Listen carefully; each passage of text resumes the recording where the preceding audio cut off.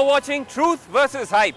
We are in the town of Hubli, Dharwad, which is still in shock over the murder of Professor Kalburgi, the scholar who is known as much for his erudition as for his blunt speaking. 7 days later, we are none the wiser as to why he was killed and by whom. And all we can do is lay out some of the theories that have been swirling around. Was he killed because he angered the orthodoxy within his own Lingayats community? Or was it linked to his increasing taking on of Hindutva extremism?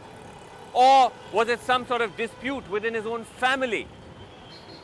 Or the great fear that his death may end up like one of the unsolved mysteries of the other intellectual dissenters whose voices have been silenced.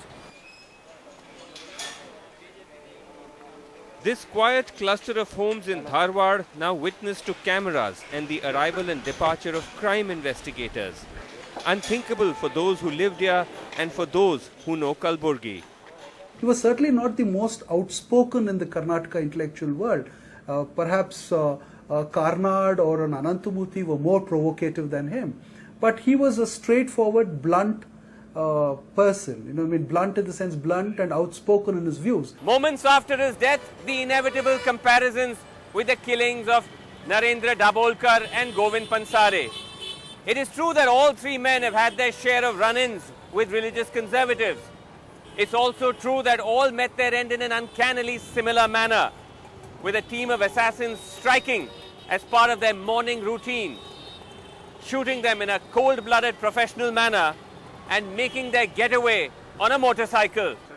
The reason the police say they've sent a team to the hometowns of Dabolkar and Pansare in Maharashtra.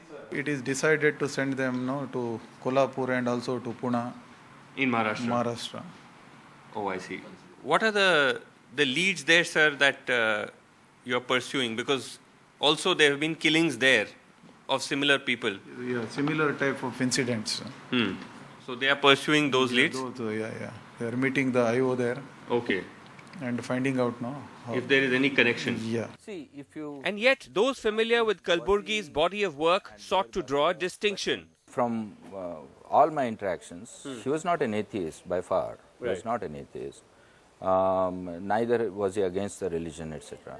But he was looking at Lingayatism in its pure form, the way it began in the 12th century by Basavanna and his colleagues. Right.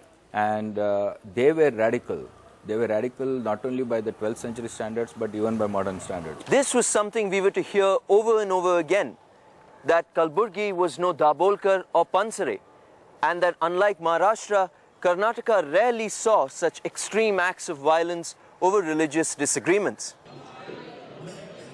All of this may partially explain why his funeral drew a wide cross-section, from the chief minister to those he had sparred with, the BJP represented by its best-known Lingayat leader, as well as Hindutva mascots like the BJP's Hubli MP, Prahlad Joshi. MM Kalburgi is not only belong to the Lingayat community, he has belonged to almost all the community. I would also like to tell, there may be difference of opinion as far as the ideological things are concerned, but I don't think it should go to that extent. That's why I strongly urge that we should unearth the truth. This is what I can say.